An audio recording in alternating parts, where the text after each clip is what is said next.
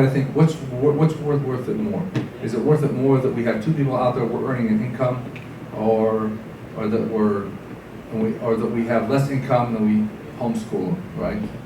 Is the money and living comfortable, is that more important, or is it more important to raise your children right? I think it's more important to raise your children right.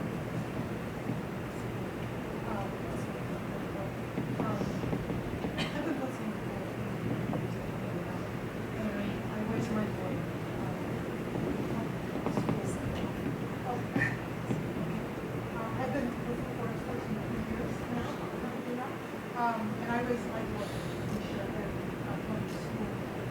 You know, at first I wrestled with that. The couple were teaching them, to about Islam and loving Muhammad sallallahu alaihi wasallam.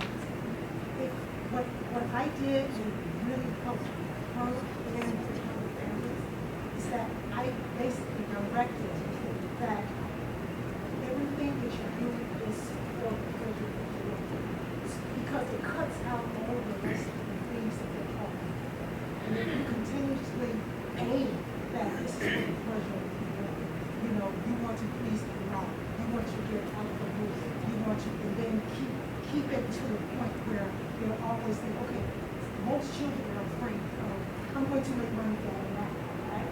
My daughter, by the time she was like 13, she would always say, I'm not doing it because Allah's going to be mad. You see how it just passed over me. It passed over her, her cousins, people in the classrooms. She was like, I'm not doing that. No, it's going to make Allah's mad. So I really, and then I asked and actually introduced this as they had the young children stuff outside. So I just wanted to share that.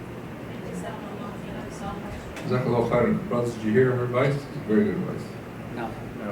So she was saying that if you can instill within your child the most important thing is whatever is I'm doing, is this something that's pleasing to Allah subhanahu wa ta'ala? Meaning the true believer is the one who, the primary concern in life and everything that they do is, am I living to please Allah subhanahu wa ta'ala? Did I explain it to them well? That's very good advice based upon years of raising her family and the effect it had even on other families. This is beautiful advice. Jazakallah khair. Yes, sister? I'll try to make it's more opposite from you. It's not outside the world that's affecting my family. It's more like inside the home. One of my family members is married. And,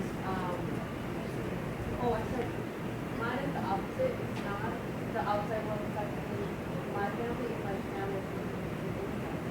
And what I asked her for advice is what to do is that one of my family members, they're a convert, they were practicing.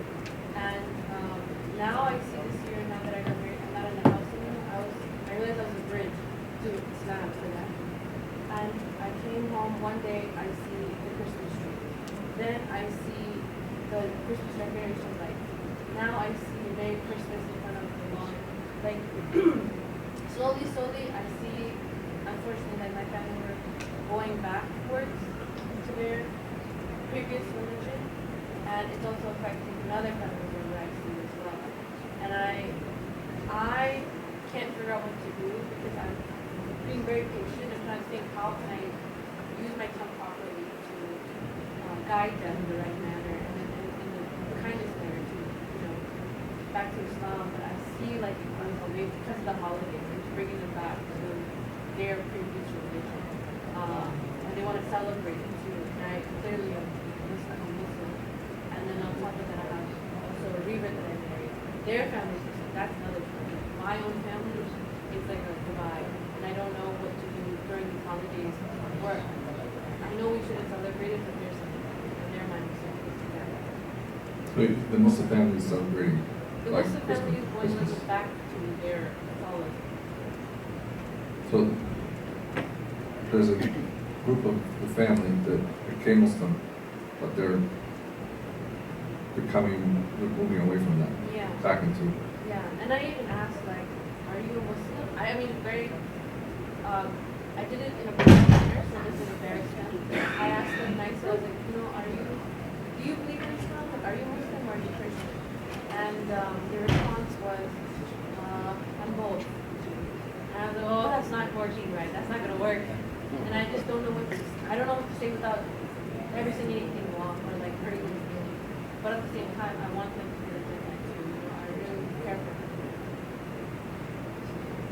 Yeah, I'm not taking a, I'm not giving a fatwa on whether they're Muslim or not, right? Allah knows whether they're Muslim or not. But anyone who says that is clearly not Muslim, right? You can't be Muslim in some other religion. You can't like believe in Islam, say La ilaha illallah Muhammad Rasulullah, and believe something that's contrary to that.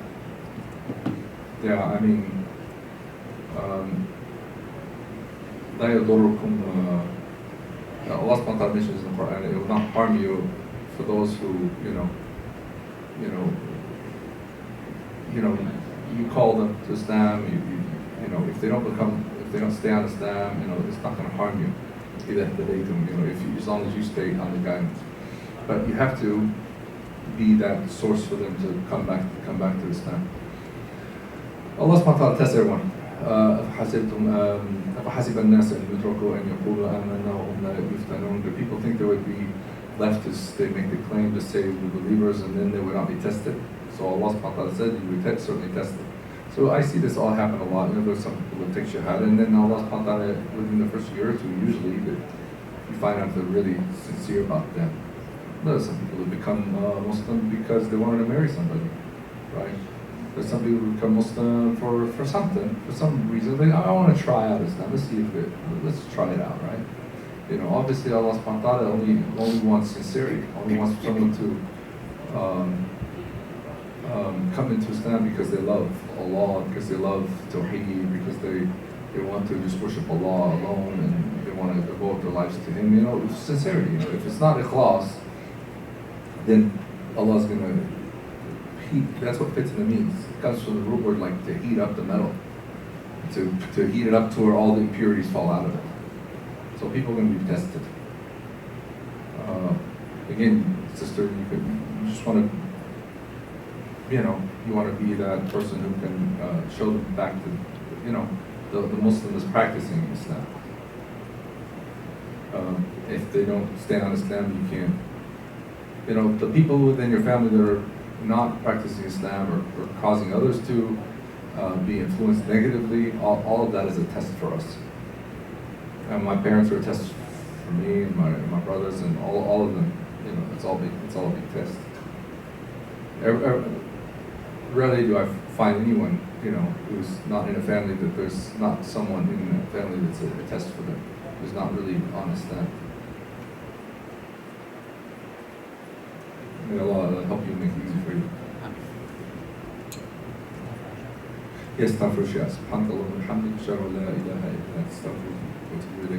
Ask Allah subhanahu wa ta'ala to guide us and to guide our families and to make us beacons of light and examples, good examples for them, and to help us pass the tests and the trials of this dunya, and to help us guide our children and our families and keep them safe from the negative influence and those who are trying to lead them astray.